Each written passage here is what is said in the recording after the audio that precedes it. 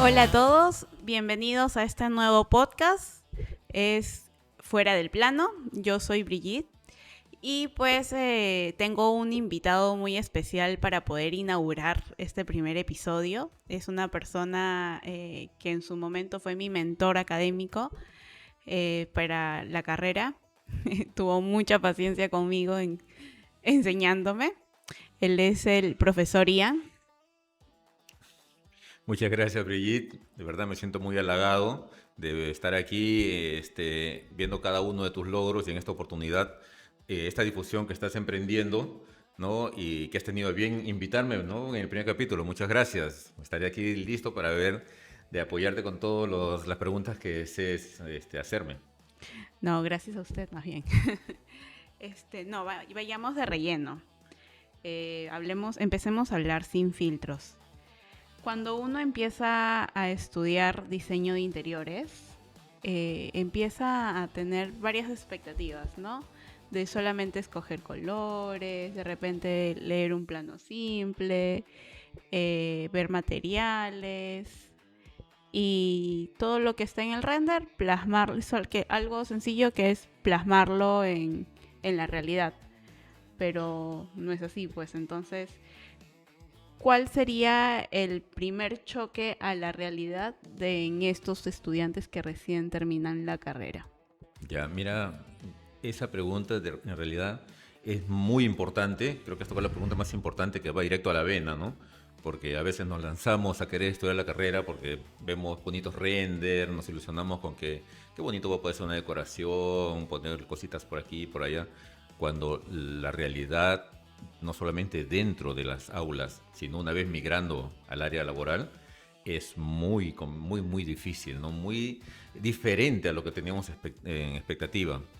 Eh, a nosotros nos forman para solucionar problemas de interiorismo, de espacios, de iluminación, de circulación, de ventilación, de temperatura cromática y en fin, una serie de elementos que tenemos que tener nosotros almacenados en la mente al momento de intervenir una habitación, una estancia, una residencia, ¿no es cierto? Y eso es justamente lo que, lo que les choca a los jóvenes que emigran, porque para estar completamente seguros de poder aportar esos recursos, necesitan hacer prácticas en obras reales y eso lamentablemente ahí tenemos un pequeño problema.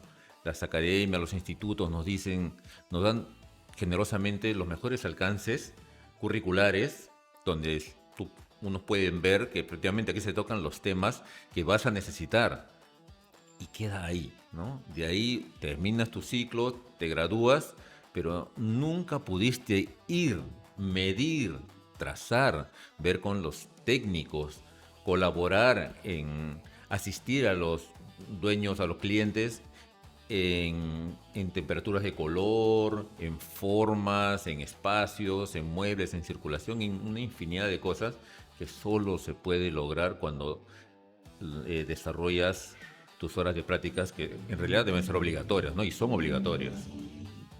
Claro, para eso también este instituto tenía un curso interesante que, bueno, a mí me llamó bastante la atención cuando vi la malla curricular, que es procesos constructivos. Y desde el primer ciclo con los compañeros, de qué se trata, de qué se trata y de qué se trata, incluyendo cuando usted nos enseñó en primer ciclo, le seguíamos preguntando de qué se trata y qué se trata, ¿no? Y comparando con otras mallas curriculares de otros institutos, pues no lleva este curso en la que al menos te pone más cerca la realidad. Y o sea, al inicio es como que para mí fue complicado al inicio. Incluso me daba miedo.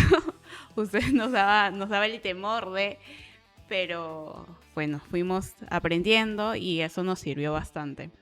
Otra realidad que también uno tiene ya fuera del instituto, fuera de ser estudiante, es que el cliente se imagina de repente un estilo minimalista o un estilo, o unos muebles súper, no sé, un diseño súper alto, pero creen que nosotros podemos hacerlo todo realidad, pero cuando ya empezamos a mostrar nuestros diseños o nuestras cotizaciones, como que ya no hay esa forma de poder lograrlo, ¿no? Entonces, ¿cómo es que los clientes nos empiezan a ver a nosotros? Ya, a ver. Has tocado 2 puntos, ¿ya? Por un lado, el tema de procesos constructivos y luego el tema de cómo abordar al cliente, ¿no? Cómo atenderlo de la mejor manera. Entonces, si desarrollamos el tema de procesos constructivos, ese es un curso que nosotros consideramos uno de los más importantes porque es el que tiene más cercanías con los técnicos. Ahí se abordan todo el lenguaje que por lo general, no solamente vocal, sino también en las formas operativas, vas a encontrar cuando vas a direccionar o asistir o exigir a un técnico para que desarrollen tu propuesta, ¿no? Los chicos saben perfectamente desarrollar los planos, por aquí tienen los render e incluso recurren al Pinterest, los clientes recurren a una serie de imágenes que pueden descargar de internet, pero en la vida real no coincide, he visto que no corresponde, porque tienes que ver que los espacios son diferentes, la entrada de luz es diferente, los tamaños son diferentes, en fin, ¿no? Que el mobiliario sea funcional, que el mobiliario sea duradero. Claro, entre muchas cosas, ¿no? Entonces, el tema de procesos constructivos te enseña a tú ser operativo. Entonces, entras con más familiaridad a una obra, ¿no? Para poder indicar directamente al técnico qué es lo que necesitas y cómo él lo puede hacer, o si no estar viendo, ¿no? Asistiéndolo en las preguntas, en las investigaciones como un ente regulador de las indicaciones del proyecto. Ese es por un lado. Y ahora yendo por el otro lado, el del cliente.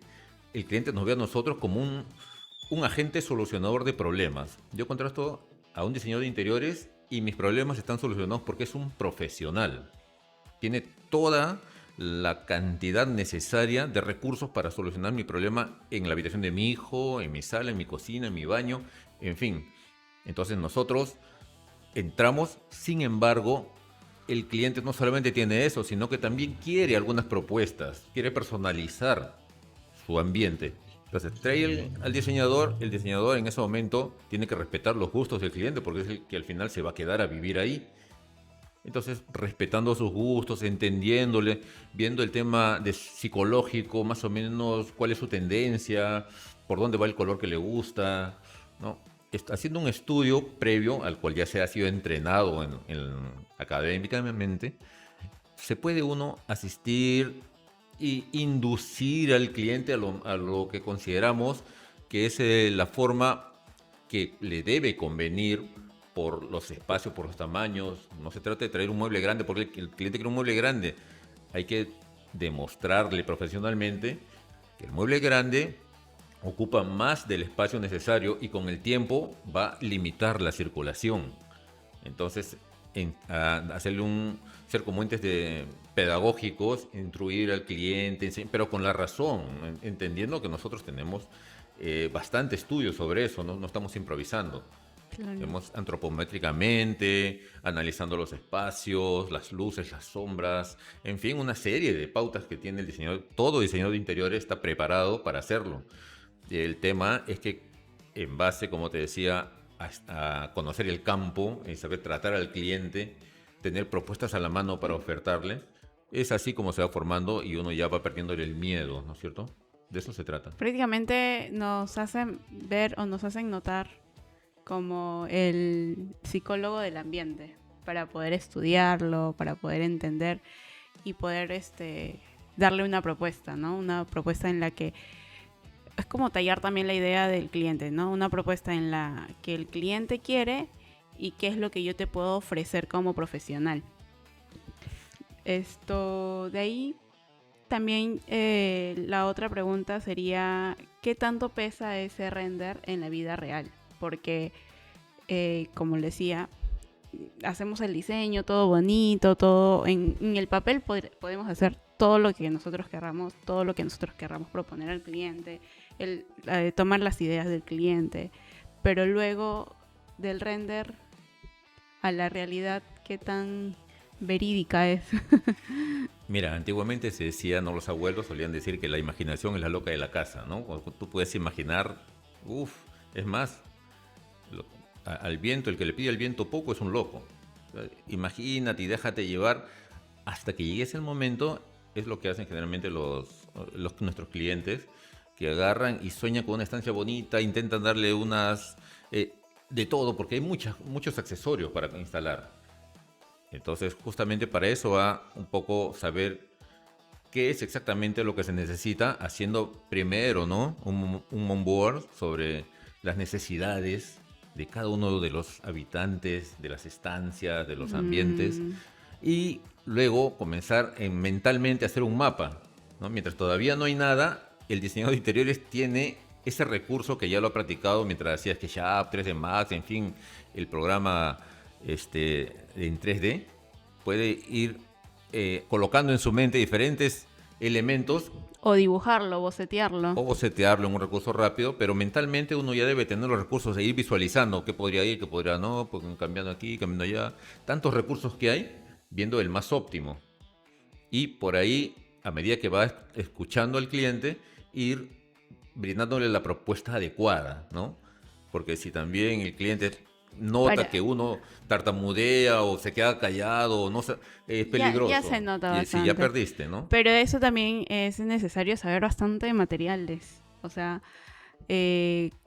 los espesores de la melamina, qué tipo de color vas a colocar, qué tipo de pintura vas a colocar en las paredes, qué tipo de pisos es necesario para los ambientes.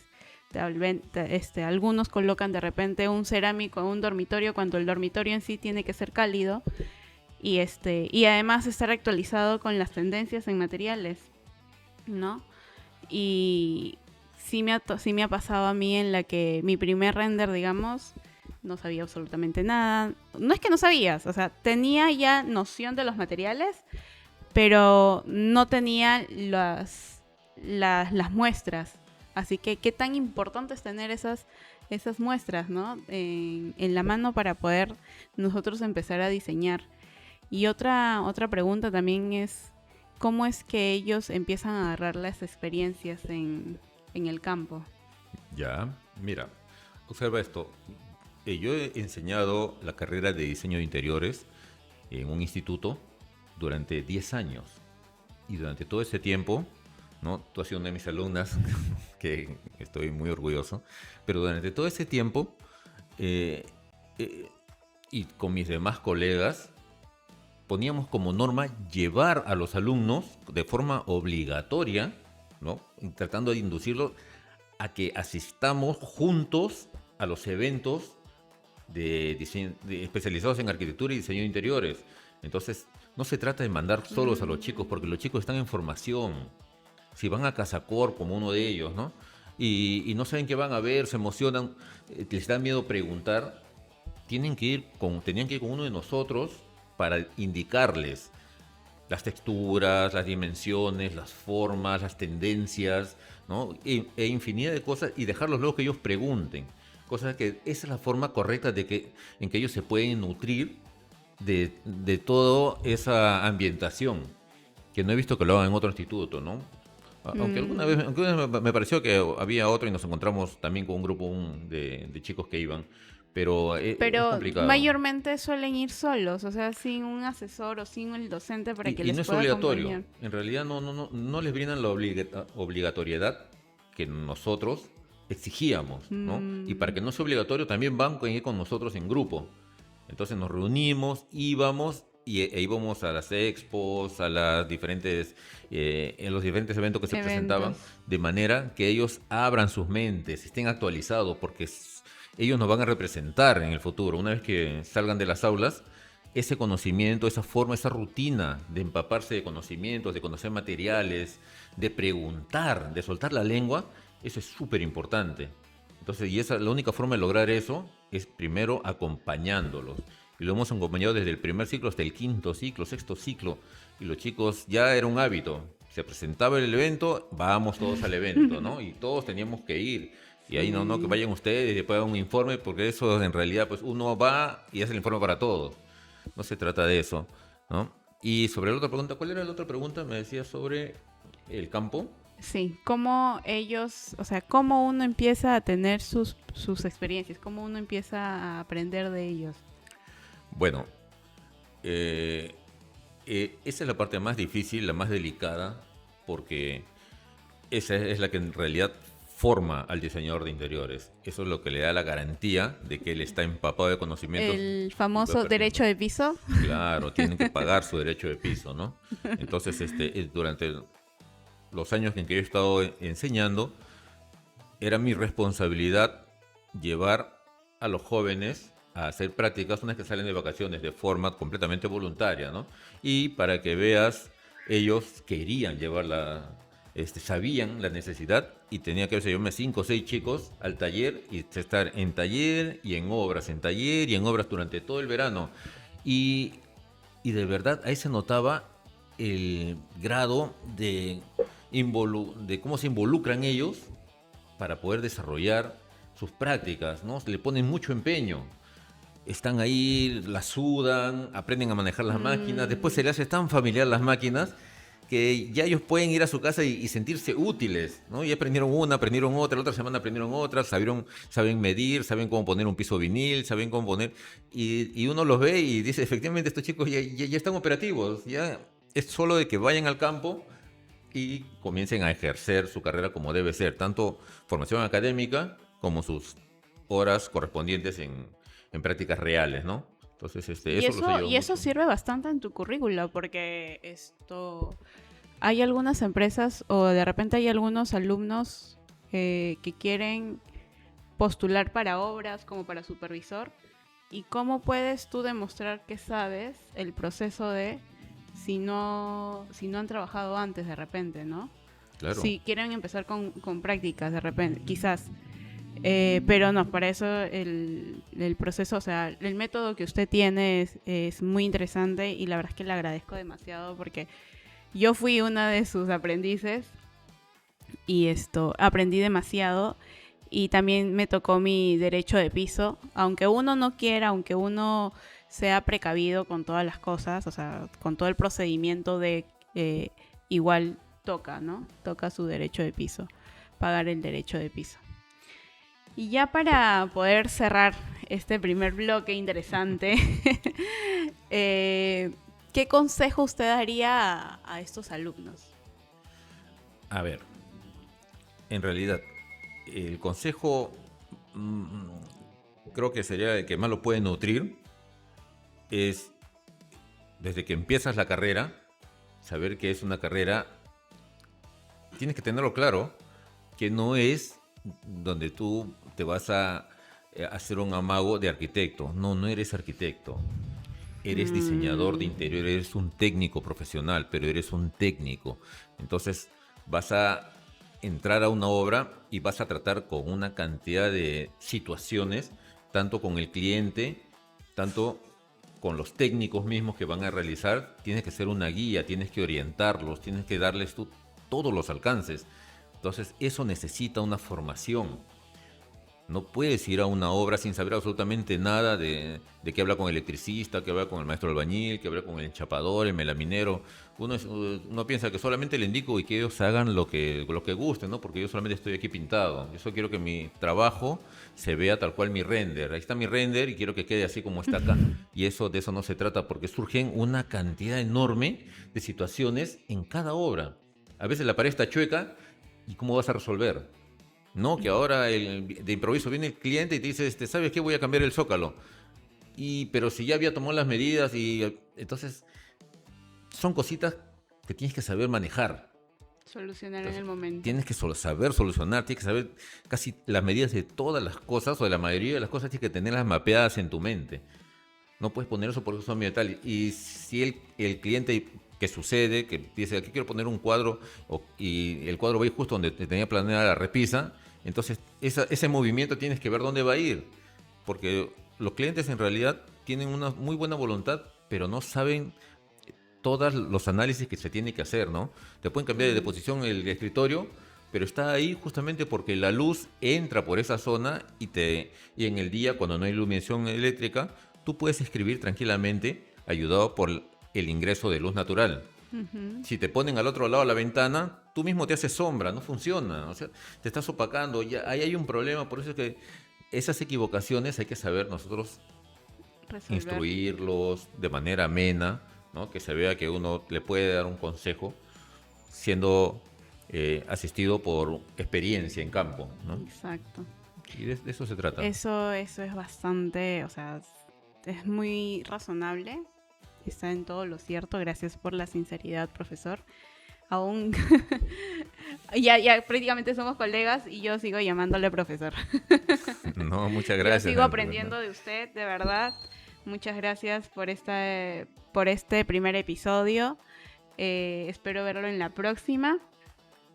Y bueno, y así vamos terminando, así vamos culminando este momento.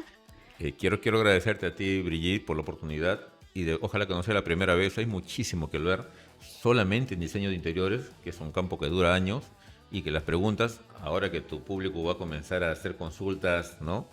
Estaremos aquí pues, para resolverlo, para invitarlos a que pregunten, a que se cuestionen y de eso se trata, ¿no? Tal vez podamos invitar a otros colegas más para ir desenvolviendo cada uno en su campo el tema del diseño interior y se vayan animando a seguir esta carrera. Quizás, claro, o sea, pueden consultarlo, pueden dejar sus preguntas en la bandejita y ya nosotros podemos tomarlo como un tema nuevo para los próximos episodios. Así que chicos, muchas gracias, Muchas gracias a profesor. ti. Más bien no se olviden de seguirnos en nuestras cuentas, en nuestras redes, que es Instagram, TikTok. Y no se olviden de darle clic a la campanita para que puedan estar atentos al siguiente episodio. Muchas gracias. Muchas gracias, eso es todo. Los esperamos nuevamente en otra oportunidad.